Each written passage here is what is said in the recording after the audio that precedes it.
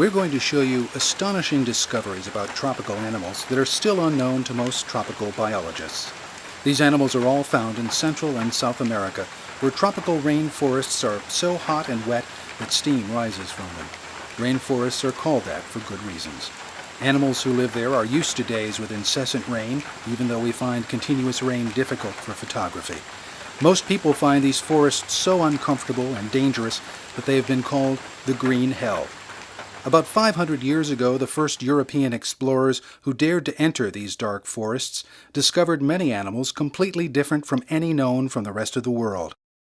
Among these strange insects are two fulgurid bugs that look dangerous, but are completely harmless. Among these insects were swarms of army ants. As far as their human eyes could see, the ground was covered by moving bodies of ants. It was easy to conclude that there must be millions of ants.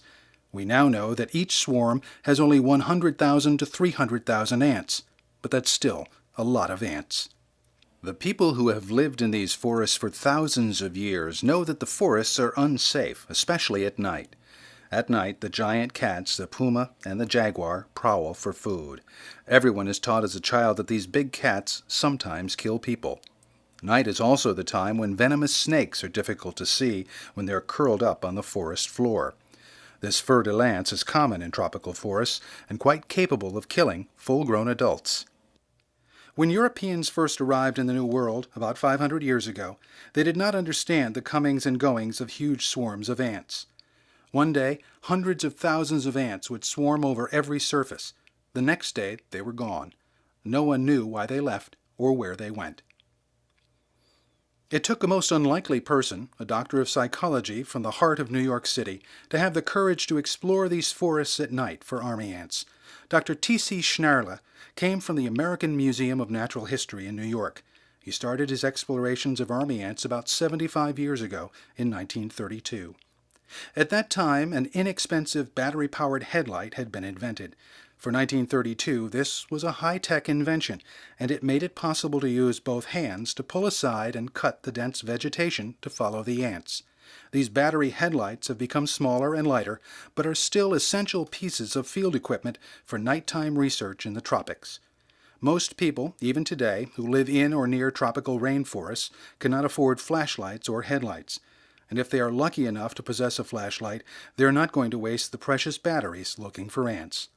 Dr. Schnerle, however, was an energetic field scientist who was unafraid of the forest at night, and he became the first person to follow army ants during their nightly emigrations. In fact, he followed the same colony every night for over 6 weeks. He made many discoveries, and perhaps the most important is shown in this chart. On the left, you see the nomadic phase, when the colony emigrates about 100 meters every night for about 2 weeks. During the nomadic phase, the colony has an immense brood of over 100,000 larvae. That phase ends when the larvae complete their development and spin cocoons. When the brood is all in cocoons, the colony stops emigrating, and that time Dr. Schnerle called the statory phase. The statory phase lasts about 3 weeks. At the bottom of the chart, the slender queen becomes pregnant during the middle of the statory phase and lays the next brood of 100,000 eggs.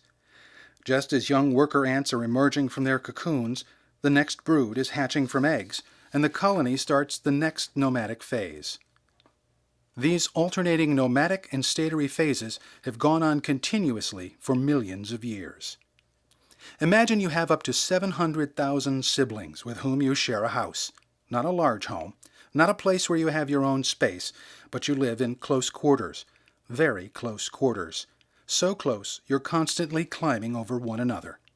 Your mother just laid 100,000 eggs, one after the other, one by one. Your father left his sperm more than a year ago and then died. Moreover, your mother will lay 100,000 eggs every 35 days for her entire life. She doesn't care for them. You have to feed and care for the babies 24 hours of every day. Moreover, you have to move all those babies every night for 2 weeks, or you will run out of nearby food. Lucky for you, the babies grow up in 2 weeks, and then take a 3-week break when they do not eat at all. After that, they will help, like you, with the work of the colony for the rest of their lives. Imagine further that you're blind, only about half an inch long, and required to go out every morning and search for any small living animal that you can kill. You do not do this alone, but in a swarm, like a pack of 50,000 miniature wolves. Since you are blind, you find your prey by taste, by smell, and by touch, using sense organs that are so phenomenally sensitive that we humans are only beginning to understand how you do it. These incredible animals are army ants in one species, Eciton burchellii. They first evolved more than 100 million years ago, roughly 99 million years before any animal resembling a human being appeared on this planet. They can only exist today because tropical forests have billions of small animals living in them. Most of these animals are smaller than your thumbnail. The really important predators on these animals are the army ants. The stars of this video are the swarm raiders, Eciton burchellii, the largest and most ferocious army ants in Central and South America. Among the swarm there are a few much larger ants called majors or soldiers. The large, hook-like jaws on this soldier are used for defense of the colony. The dark spot on the side of the head is an eye. These ants will respond to light, but all worker army ants are blind. Just as people who lose their sight become much more aware of sounds and smells, army ants have evolved incredible sense organs to detect chemicals and vibrations. Army ants have evolved to become walking gas chromatographs, able to detect chemicals perhaps down to a single molecule. All army ants follow a chemical trail that the workers deposit as they walk. We cannot see or detect the trail and must use the ants to show us where it is. The ants use their antennae to detect the trail. This is the tip of one antenna of a worker army ant. We have estimated that there are over 5,000 sense organs on each antenna. If we could make one worker ant the length of an elephant, a part of one antennal segment would look like this. To date, we can only guess at the function of most of these microscopic structures. Each ant can distinguish one individual from its own colony from an ant of a different colony or species.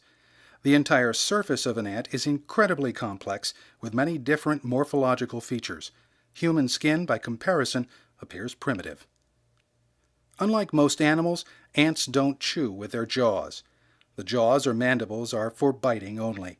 When we zoom in to the base of the jaws, we can see the tiny mouthparts that are used for eating. After a raid, colonies frequently emigrate at night when frogs and other animals call to one another. The ants carry the eggs, larvae, cocoons, and any leftover food to a new bivouac. Rush hour highway traffic is calm compared with an army ant column experienced in real time at the level of an ant. Perhaps it's an advantage for the army ants that they cannot see their neighbors and emigrate by touch and smell.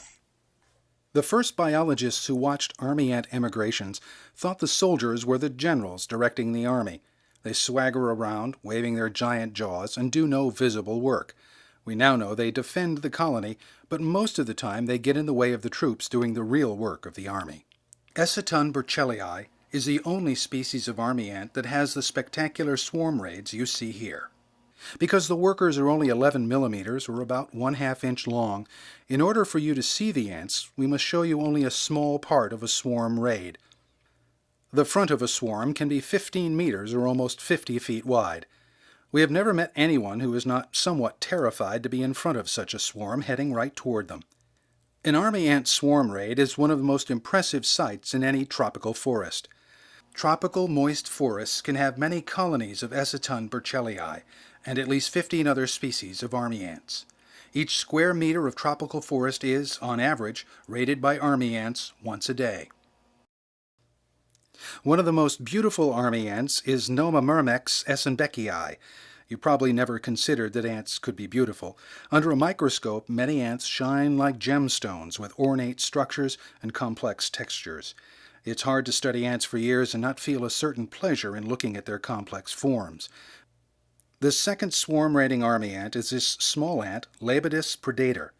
Occasionally it has dense swarm raids that last usually for less than an hour on the surface of the ground. Most of its raiding and its emigrations occur underground. Its enormous colonies move through soil as easily as we move through the air. All army ants eat billions of tiny animals every week. A single large colony of Eciton burchellii can kill 500,000 animals per week. Unlike most ants and other animals that need to collect nesting materials, army ants construct nests from their own bodies. Only 2 species of army ants make such temporary nests, called bivouacs, above ground. Sometimes their nests are under a log or brush heap. Other bivouacs are between the buttresses of large trees. From a distance, the ants in a bivouac may look as though they're sleeping. If you poke your finger into a bivouac, scores of ants instantly bite and sting. Ouch! The biggest workers or soldiers were the first surgical staples. Thousands of years ago, Native Americans in Central and South America discovered that these giant jaws could be used to close a severe wound. The ants readily bite wherever they are placed. The bite hurts like pinpricks. It is the sting on the other end of the body, injecting venom, that is painful. Stings are not deadly unless you happen to be allergic to the venom. The body is easily pulled off, leaving the head that continues to bite. The heads will stay attached and appear to be alive for over 12 hours as the antennae keep waving. The heads can stay on clothing for weeks, even after clothes go through washers and dryers. The jaws must be spread apart to remove them, making them ideal sutures. We have never had a bite become infected and wonder if the ants provide an antibiotic. The outer wall of the bivouac shows many ants hanging downward. The first ant hangs onto a support by the claws on her hind legs, and the following ant hooks her legs onto the front claws on the legs of the first ant. Since their jaws are not being used, they're free to bite. Army ants have long and very strong legs, and one ant can hold up more than 100 others. When the ants leave on a raid or emigration, you can see long strings of ants hooked together by the claws on the ends of their legs. Other ants can readily run over these strings. Inside a bivouac, the larvae are a jumbled mass constantly being rearranged by the adults. Prey is dumped on the larvae as the workers bring it into the bivouac. A beetle occasionally runs through the bivouac. The larvae are all about the same age. The biggest larvae will become majors or soldiers. The smallest larvae develop into tiny workers. Unlike people, once a worker ant becomes an adult, she no longer grows in size. Like bees and social wasps, all worker ants are females. Within the bivouac there are also many insects besides ants. Silverfish or Thysanura spend much time cleaning the surfaces of larvae or adult ants. Perhaps this is beneficial for the ants. It's not essential since the adult ants do the same thing.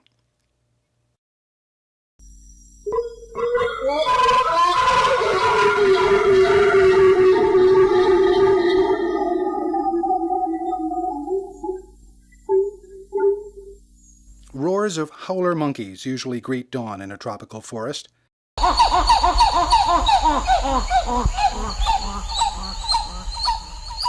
On many mornings in Ecuador, we were awakened at 5:45 by the most spectacular calls of the laughing falcon. Although the deaf army ants cannot hear these sounds, the first sign of daylight seems to trigger the start of raiding. Army ants begin their day's activities by pouring out from the bivouac. Between 50,000 and 300,000 ants pour out in a few hours. You can see why Eciton burchellii is called a swarm raider. The ants swarm over and under almost all leaves, logs, and anything else in their path. They swarm up some tree trunks but ignore others. Each surface is covered thoroughly. Many people staring at birds discover army ants only after the ants have crawled up their legs and have started to bite and sting. If you stand in their way, they will swarm onto you. If you stamp your feet to get them off, you'll attract more ants. But if you stand still, the ants turn back towards their better hunting grounds. You or any healthy vertebrate animal can walk away from the ants unharmed. Many antbirds follow the front of the swarm raid. They do not eat the ants, but feed on prey escaping from them. If you watch this male spotted antbird closely, you will see that the ants run over the bird's feet without stopping or trying to bite. As many as 15 individuals of this species of antbird have been seen at a single swarm raid. The calls of birds often attract people to the swarm raids. The swarms are great places for bird watching, as the birds ignore people while darting after food. If you live in a house that's near to where army ants live, you will learn to welcome a raid. The ants will forage just as thoroughly inside your home as they do outside. It's impossible to even think you can keep them out. They can run up vertical walls and across ceilings. One raid killed over 300 paper wasps inside one room in a house in Costa Rica. The ants can form a living rope from your dining table to the floor. They will find any crack or opening and pour in by the thousands. The ants will discover more species in your house than you ever imagined lived there. This wonderful pest control is a service provided free of charge by the army ants who do not leave any insecticide residues. Scorpions are commonly present, but not welcome, in tropical human homes. The army ants quickly chase them. Some escape to the outdoors, where they are often killed by the ants, but this mother was lucky to escape with her babies.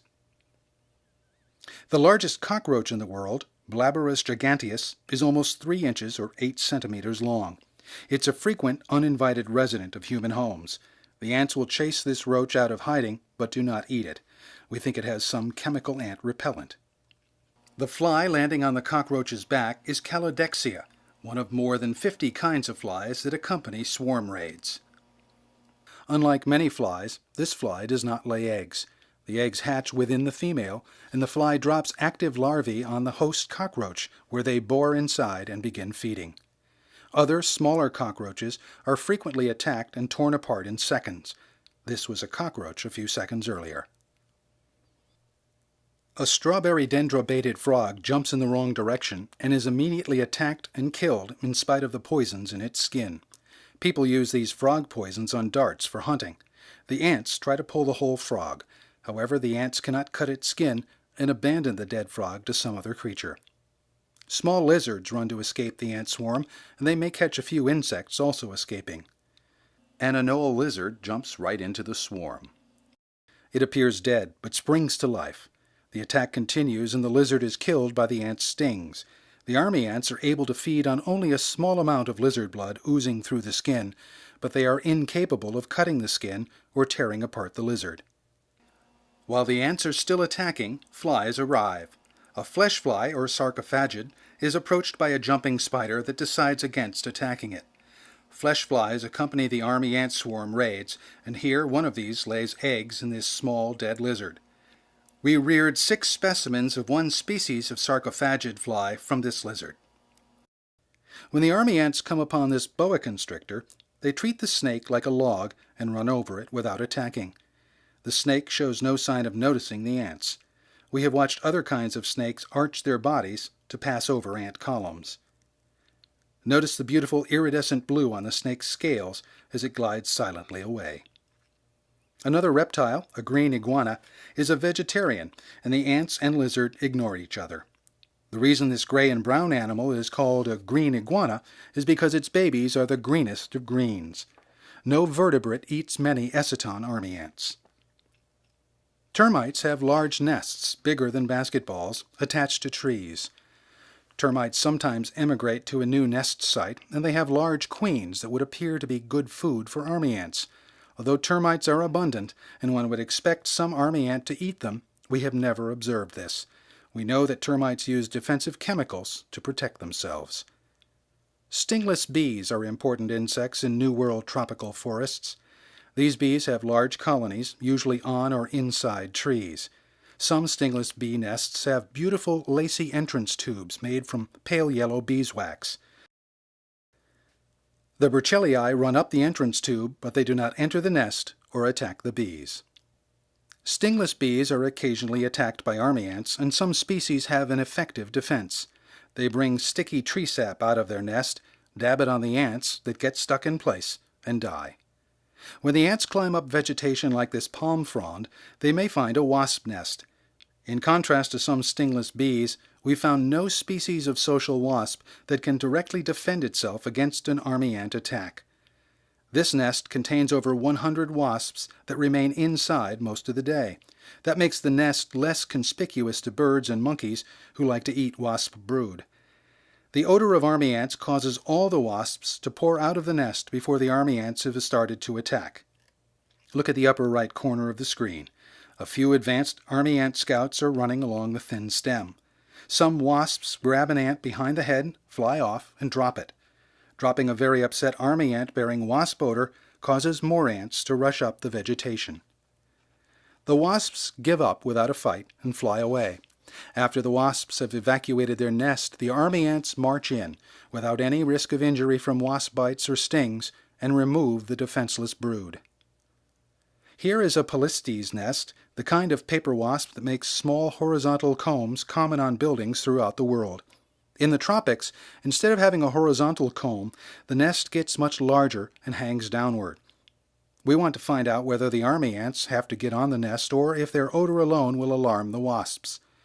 The wasps ignore forceps held next to their nest. But when we put one ant between the tips of the forceps, the wasps attack the tips of the forceps even though they cannot see the ant. The whole colony then becomes alarmed by the army ant odor, and the wasps flee their nest before any ants get on it. This is important for the survival of the wasps. A wasp that does not escape quickly becomes a dead wasp. You can see the approaching ants through the leaf above the nest. At the time of attack, the wasps fly to a nearby leaf where they form a cluster. Scouts are sent out to find a new nest site. Dr. Martin Naumann, studying army ant raids with us, discovered that a marker wasp puts down a chemical trail by rubbing the tip of her abdomen on vegetation. When a good nest site is located, a series of marker wasps repeatedly put spots of chemical along the route to the new site. After the markers, a series of follower wasps show different behavior. They search with their antennae and do not rub their abdomens on the stem. This was the first discovery of chemical communication among adults of any social wasp. If the new site is accepted, the entire wasp colony rapidly flies along the trail to that site and starts to build a new nest. Since the wasp larvae and pupae are much bigger than most ant brood, they are easy to spot in a column. As we said earlier, no species of neotropical social wasps can by themselves successfully defend their colony from an army ant attack. Some species of social wasps search for trees with large colonies of Aztec ants. Here we see a large light gray nest made by Aztec ants. The dark areas in the nest show a nest built by wasps who cut out the inside of the ant nest. The tiny but very aggressive Aztec ants swarm on and around any army ant that attempts to climb the tree. In a scene reminiscent of Gulliver and the Lilliputians, the Aztec ants harass and pin down the army ants for hours. The result is, no army ant can get close to any wasp nest in an Aztec tree. The wasps pay back their protectors by defending the Aztecs from anteaters. The wasps successfully chase away any anteater that tries to climb the trees where Aztecs live. Here a Tamadua anteater is making a hasty retreat. In some popular literature, army ants are said to, quote, eat everything in their path, unquote. Hollywood has even shown them destroying giant trees in a forest. A few species of army ants are known to feed on nut meats, but none eats any other vegetation. Although Eciton burchellii is frequently described as killing every arthropod it finds, that is also untrue. Many poisonous insects have bright red, yellow, or orange colors, which warn birds not to eat such insects. Blind army ants do not see these colors, but the ants detect the defensive chemicals and do not attack these insects. Scarab beetles are like giant military tanks that barrel through the raiding army. The ants run up to the beetle and back off as though they do not like the smell. The heavily armored beetle wanders off, unharmed. Millipedes can walk directly through a column of ants. Most millipedes secrete highly toxic chemicals through pores along both sides of their body. Centipedes look similar to millipedes, but since they lack defensive chemicals, army ants eat thousands of them. 3 to 6 workers carry this centipede in one piece back to the bivouac. Most caterpillars are also carried off whole. However, army ants avoid very hairy caterpillars. Spiders are some of the most common prey of Eciton burchellii. The largest spiders are tarantulas, but these are not captured. The numerous long hairs and quick shakes of the legs seem to protect tarantulas from attacks by army ants. Although most other spiders are quickly captured, this is one of the lucky escapees. A wolf spider is not so lucky and is overwhelmed and then torn apart while it's still alive. Another spider manages to escape by running away while carrying her sack of eggs. Some caterpillars and spiders escape death by hanging down on silk threads while the raiding throng passes by. You can see the ants in the bottom right corner. Spiders are nice juicy food for army ants, and thousands are killed. Relatives of spiders called amblypygids are also eaten. Unless you're one of the rare individuals who love spiders and their relatives, you probably never heard of an amblypygid. These amblypygids are strong, with front legs enlarged to capture prey. They are active at night, and we find them as they creep around searching for prey on tree trunks or rocks. You are not likely to see one unless you creep around in tropical forests at night, a habit I recommend. They prey on insects, and we once saw one eating a frog. For some mysterious reasons we do not understand, army ants do not attack some amblypygids. This one remained motionless while ant raid columns passed by. Even when a daddy longlegs, sometimes called a harvestman, walked over it, it did not move. Perhaps this amblypygid made the mistake of moving. We know that movement can provoke attack. If we vibrate the stem of a plant, the ants will attack it, but they do not eat plants. The light-colored objects on the back of this amblypygid are her young. Watch closely, and you'll see the ants stealing her babies off her back. Eciton burchellii is raiding beneath this palm frond, where many isopods, also called sow bugs, have taken refuge. They stand calmly as if they know they have nothing to fear from burchellii. This species of army ant does not like the taste of sow bugs, at least it rarely captures any. A much smaller army ant, Lepidus predator, has swarm raids that flow like floodwaters across the forest floor. Predator especially likes to eat sow bugs. These crustaceans react strongly when a swarm raid of Lepidus predator approaches. Over 1,000 isopods are stampeding up this tree trunk to get away from a Lepidus predator swarm raid.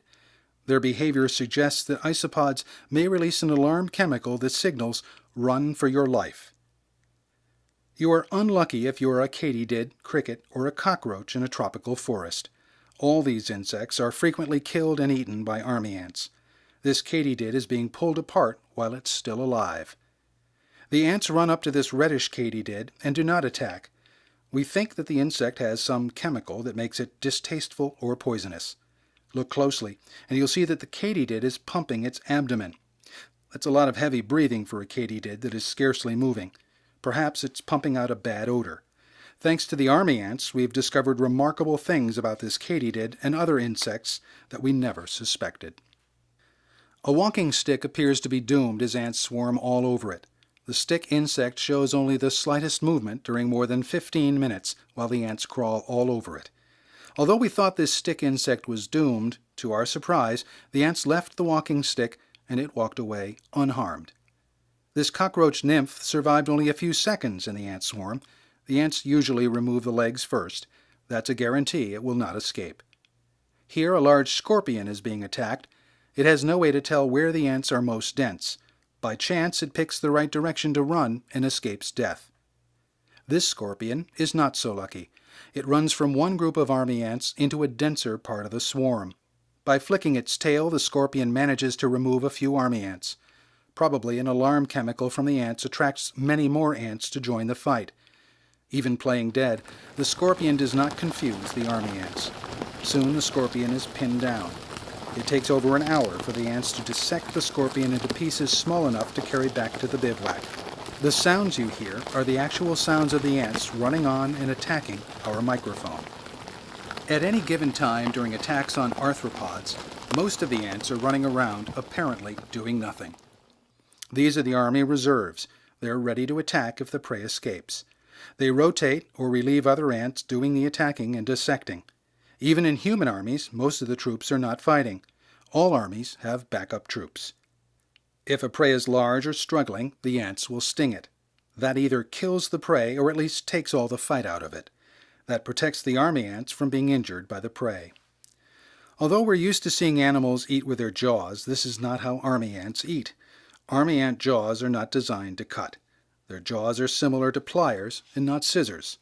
Watch and see that some ants gnaw at the joints, while other workers tug until they get the prey divided into pieces small enough to carry. The jaws are used for holding or pulling on large prey like this scorpion. The jaws are used to pry the arthropods apart.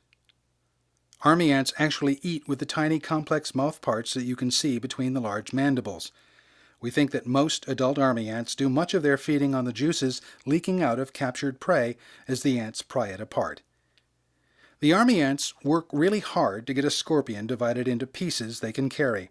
It looks like the ants are really struggling. This attack is a prime example of how raiding in a large swarm makes it possible for army ants to eat animals much bigger than themselves. It's easy to recognize the scorpion's dark stinger as the ants tug it around. Here the scorpion's front leg is carried home in a column. Parts of the scorpion's tail are also easy to recognize. A large worker is having a hard time carrying the tail segment. After she gives up, a much smaller worker carries it off in the wrong direction. The ants have a way to tell each other the correct direction to go. Here you will shortly see the same tail segment being carried in the right direction. There it comes. In this case, the strong flow of traffic from the right to left may be enough to turn the carrying ant around. A cricket leg is carried toward the new bivouac. A long leg of an amblypygid is apparently worthless, but still carried. We're showing it in slow motion. After it gets to the bivouac, it will be carried out and dumped in the refuse deposit. Here you see on a much weaker column, the ants carry a cricket leg in the wrong direction. Mysteriously, the ants communicate the correct direction to other ants. It's possible that the small eyes of the workers can detect sun direction, or maybe the ants have an internal compass. Raid columns extend up to 150 meters or 500 feet from the bivouac during the morning. When the ants encounter a nice smooth log, they usually adopt it for their highway. Some ants may run 150 meters out, and then the same 150 meters back to the bivouac, only to repeat that journey again during the emigration. If you magnify that to human scale, the ants are running the equivalent of 2 Boston marathons every day for 2 weeks. The main raid column from the bivouac gets subdivided into branching columns close to the swarm front. By 11 a.m., there are many thin columns mostly going away from the bivouac. Often there's no prey to be seen. It's easy to conclude that these ants are very inefficient. You think they haven't caught anything. The ants climb up some vines or lianas as they are following the chemical trail of a prey species. We still do not see any prey. Then, a few minutes later, almost every ant is coming down with captured prey. The ants that seem to be carrying nothing probably have small prey under their bodies. Most of the prey are larvae or pupae of ants which are soft and easy for adults and larvae to eat. The army ants collect them by the tens of thousands. We usually do not see actual raids on ant colonies because they are hidden under leaves or inside tree trunks. These ants are exploring an ant nest inside this small hole. Even though they bring spider legs down from trees, these hard objects are discarded in the refuse deposits because the army ants cannot cut them open. We can tell that ants are being raided when we see workers running around carrying their young. This worker with giant eyes we found actually watching us and turning as we walk around the bush where it waits. Army ants do not eat tough adult ants, but this brown ant struggles and is killed. The raiding ants pour up some trees while ignoring adjacent trees. We suspect they are following either army ant trail chemical from a previous day or are following the trail of the prey species. It's known that Burchellii will repeatedly raid the same colony of carpenter ants throughout the year. We have never seen army ants kill an entire ant colony. They only harvest part of the brood and leave most of the adults to rear more ants for the next raid. Each of these dense clusters of army ants conceals one or more large carpenter ants that have been living inside the tree trunk. These carpenter ants are bigger than the Burchellii, and they attack many insects. We even found them killing a small frog. The attack is now over, and most of the workers are returning to the bivouac without prey. The clusters cover many adult carpenter ants that soon get carried back to the bivouac. That night, when the colony emigrates, the exodus of ants creates gaps in the bivouac through which you can see many shiny black and silver dead carpenter ants. The ants drop some of the prey and caches along the raid columns. This saves the ants the work of carrying prey many meters to the old bivouac and then carrying it again on the emigration to a new bivouac. It's a great energy-saving technique. It often saves an ant from carrying a heavy burden more than 200 meters. These piles of prey hold dozens of larvae and cocoons captured during the raid. The largest ant in Central America is called the bullet ant because you think you've been shot if it stings you. That is an exaggeration, but it still has the worst sting we've ever encountered. The ant is about 2 centimeters long. The giant ant wandered too close to a Burchellii raid column. It is attacked and killed, and then abandoned for some other predator to eat. Leafcutter ants carry pieces of vegetation above their bodies. The army ants always carry prey beneath their bodies. This leafcutter species is one ant that Burchellii will not eat. When their paths cross, the army ants pour ahead and cannot be stopped. When the army ants are emigrating and they meet a leafcutter column, they search for an overpass or underpass like we have on our automobile highways. After watching ants for hours, we are glad to have a pack of peccaries wander by. Since we're usually sitting quietly for hours, mammals and birds often do not notice us, and we get startled as they come very close. A dolichoderous ant carries its larva in response to a different army ant, Eciton hamatum. The odor from only 2 hamatum workers causes alarm deep inside this subterranean dolichoderous nest. Suddenly the ants pour out of their nest, carrying their young. The ants flee in response to the odor of hamatum even before the attack has started. The ants flee more than 10 meters into the canopy. The army ants carry off any brood left in the nest. This prey species ignores the odor of Burchellii, which does not attack it. The dolichoderous workers who rescue brood will return to their nests several hours later after the army ants have left. Although all 9 species of Eciton eat primarily ant brood, no species of army ant kills another species of army ant or its brood. Some army ants, like this Niva myrmex, seem to specialize on eating only a few kinds of ants. The Eciton hamatum major in the center of this Burchellii raid column wandered into the column from a nearby hamatum raid. It is attacked, but it's not injured, and after many minutes it escapes. A still photograph shows another example. The large Eciton rapax army ants at the top are stopped and held in place by the smaller Eciton hamatum army ants. We have never seen any army ant even injured by another army ant, regardless of their sizes. This suggests that army ants have evolved a more sophisticated type of warfare than humans. When 2 army ant colonies meet, one usually finds an overpass like this example where 2 emigrations cross. Shortly after noon, during the hottest part of the day, the ant raid slows down and may stop. Raid columns become very weak and difficult for us to follow. Often 2 ants meet and touch antennae. We think they're communicating, but we do not know what they're saying or how they are saying it.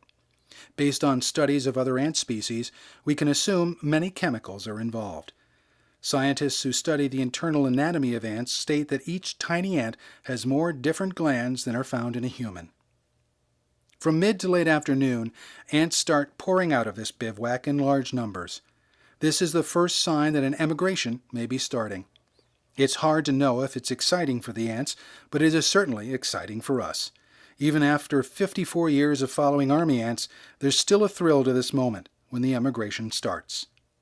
When a new brood of adults emerges from their cocoons, the nomadic phase begins. These adults, called callos, are distinctly lighter in color than their older siblings. Their bodies have not yet hardened. A little later, when the emigration is going strong, the golden abdomens of the callos glow like tiny light bulbs. The reason you only see tiny callos is because the smallest workers emerge last. The bigger workers have already darkened. The eggs and the larvae being carried are so small they're carried in clusters that we can just barely see. In only a few days, the larvae are so much bigger that almost every one is carried separately. The larvae are carried by the same intermediate-sized workers that capture most prey. Regardless of the strength of the outgoing traffic, there are always a few workers going in the opposite direction. We assume these are important for communication. There are always a few guard workers along the edges of the column. These keep out most small creatures that might wander into the column. It is to the ant's advantage not to have any interruptions that will delay the emigration. As in all armies, some of the workers appear to be gold-bricking or doing nothing. Here, Julia Joseph, a field assistant, is following an emigration that began in the late afternoon. If we are lucky, the ants will start emigrating early, and then we can track the emigration by daylight. Often the ants are difficult to follow as they go under thick vegetation. We hope they do not go through a swamp or down a cliff. You can see why we prefer to track the emigration route during the late afternoon. Night comes quickly at 6 p.m. every day near the equator, and it's frightening to be caught here at night without a light. We put down a string along the route so we can find the colony the next day. It is very easy to lose 500,000 army ants in a dense tropical forest, and that string saves us a lot of time. Late emigrations can keep us up until midnight, and it's always a relief to finally locate the new bivouac. Even we human ant trackers have to get some sleep, so we can be up early to follow the next day's raiding. While tracking an early emigration in late afternoon, we come right next to a river that you can see in the background. On narrow stems and vines, the ants form flanges of living ants on both sides of the column. The flanges provide a good surface on which the ants can run easily and not fall into the river.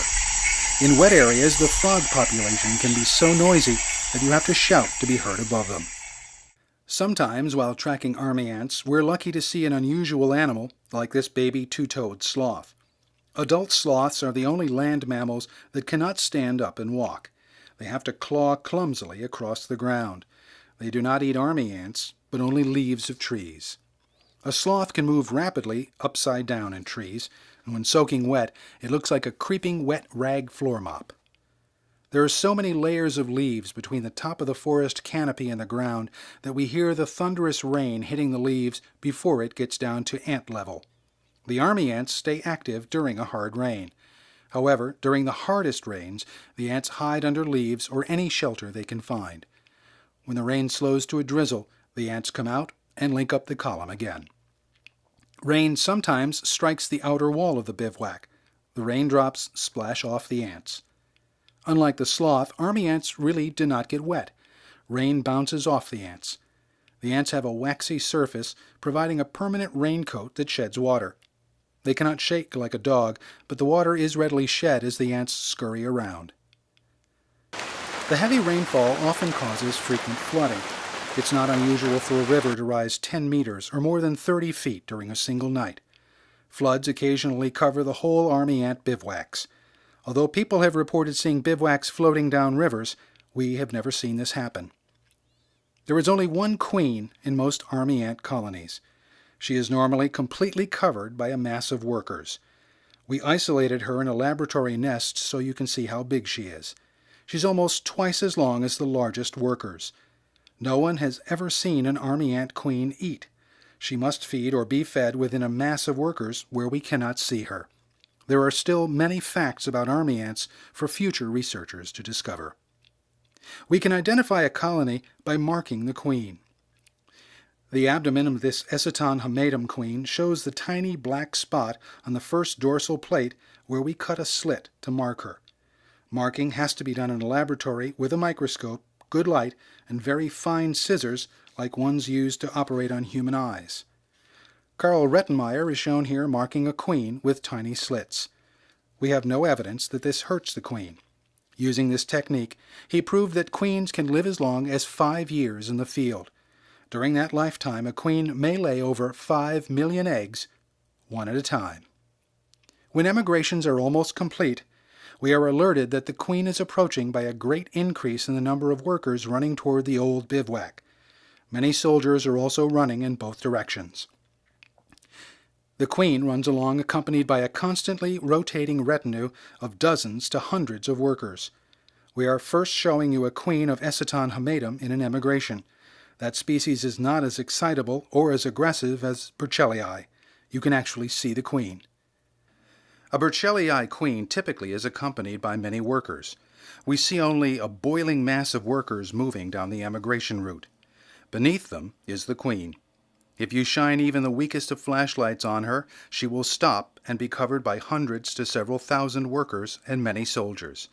She may stay there for hours, or she may sneak out in a few minutes, leaving the mass of workers that fool us into thinking she's still there. At the end of the nomadic phase, the larvae are full-grown, and many silk cocoons can be seen in the last 2 emigrations. We can tell when the nomadic phase is ending when the larvae begin to spin cocoons. Since they cannot spin cocoons inside the bivouac, the workers carry all the larvae out and bury them in leaf litter on the forest floor. Cocoon spinning is an amazing gymnastic feat. Each larva has to spin silk threads and wrap them completely around its body. It does this by attaching silk from its mouth parts to bits of leaves and other debris around its body. After the larvae are completely enclosed in silk, the workers dig them out and carry them back to the bivouac. Even though there may be 100,000 new cocoons, we have never found that the ants overlook a single one. Back in the bivouac, each larva continues to spin until the thickness meets the larva's approval or the larva runs out of silk. The last nomadic emigration sometimes goes high up into the forest canopy. Eciton burchellii frequently makes this statory bivouac in the hollow trunk of a strangler fig tree. An emigration column leaving a bivouac on a vertical tree trunk usually has flanges of living ants. These flanges form a roadbed of ants which help prevent the ants carrying the heavy larvae from falling off the tree. The roadbed of ants continues across the leaf litter and provides a better surface for the carriers. This emigration has almost all cocoons, which suggests that the ants rejected the last bivouac site for their statory phase. Perhaps it was too exposed to air currents or rain. Sometimes statory bivouacs shift from one side of a tree to the other for reasons known only to the ants. The light cocoons gradually turn brown. A black spot shows up at the rear end. The spot indicates that the larva has molted and defecated. Ant larvae are peculiar in that they have a blind hindgut and cannot defecate until the larvae shed their skins inside their cocoons. That is a great adaptation for keeping the nest clean, and there are no diapers to change. While the colony has a cocoon brood, it does not emigrate, but stays in the same bivouac for about 21 days. That period is called the statory phase. During the statory phase, bivouacs are usually in sheltered locations, such as inside a hollow log or tree. Here, Scott Powell, a field assistant, is dissecting a statory bivouac to find the queen. The ants get upset and become more aggressive than usual. Scott is wearing leather gloves and has plastic bags around his arms and legs to protect him from bites and stings. Here's what he found: a pregnant or gravid queen laying eggs. This has never been filmed before, and few people have seen an army ant queen laying eggs. She will lay up to 100,000 eggs. She does that every 35 days for her entire life. This is an amazing task, and one hesitates to even consider the human equivalent. The smallest workers of a colony pick up and tend the minute eggs. By the time the queen finishes laying eggs, she has returned to her slender, contracted state. This allows her to emigrate without danger to the thin membranes between her abdominal segments. Her appearance will be transformed like this every 35 days for as long as 5 years. We are alerted to the end of the statory phase when we see empty cocoons raining down from the bivouac. For us, when the ants begin to move, it is time for us to prepare for nightly tracking of emigrations for the next 2 weeks.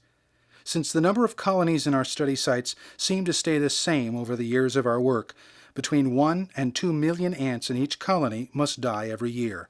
The oldest workers probably die when 1 to 2 years old. Many are killed attacking prey, and we think that many get lost. If they fall out of a tree and lose their colony's chemical trail, they may not find their way back home and die alone.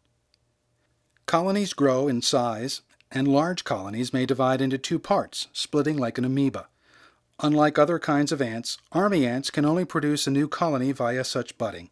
In order to divide, a colony must produce a sexual brood of about 2,000 to 4,000 males and 1 to several new queens, so that the new colony will have a mated queen. In contrast to the worker larvae that scarcely move, the male and queen larvae are constantly squirming. We think their activity causes the workers to feed them. When full grown, each sexual brood larva is twice the length of the largest workers. These sexual larvae are difficult for the workers to transport. In spite of their size, the male and queen larvae complete their larval stage in less time than worker larvae. These larvae then spin their own silk cocoons at the end of the nomadic phase. Colonies that have a brood of male and queen cocoons typically form their statory bivouacs in exposed locations. Here is an example of a bivouac early in the statory phase. This is the same colony near the end of the statory phase.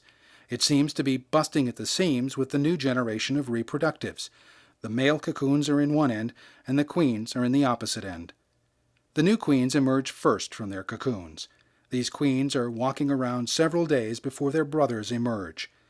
Over their lives, if they survive, these queens will walk about 9 miles per year. For now, they just looked for mates. We think that most queens mate with multiple males before their brothers emerge. This is the first photograph of mating army ants, taken in 1956 by Carl Rettenmeier. For 50 years, we thought males had to shed their wings before they're capable of mating. Then, in 2005, Daniel Kronauer, a graduate student from the University of Copenhagen, studying the army ants in Venezuela, sent us the second photograph of mating army ants, in which the male clearly has his wings. The male cocoons attract many workers that cling to them even after the males have emerged. A few empty cocoons are even carried in the first emigration. Colonies divide into two more or less equal parts when the next nomadic phase begins. The old queen will have laid a brood of worker eggs, which are divided between the two colonies. Sometimes a new queen replaces the old queen. In other instances, she survives and one of her daughter queens moves off with the other half of the colony. The adult males are conspicuous in the emigration columns as the colony divides. On the early nomadic emigrations, the males are highly attractive to the workers, and 2 to 6 workers cling to each male in the emigration. After a few days, the males are capable of flying, and they disperse from their colony. If a male is extremely lucky, he will find a queen and mate with her. Most will die quietly in the leaf litter, having never mated. This method of starting a new colony by dividing a previous colony is rare among ants. It results in the strange consequence that all army ant colonies are immortal. Every colony has come from a previous colony going back over 100 million years. If a colony loses its queen, it will combine with another colony with a queen.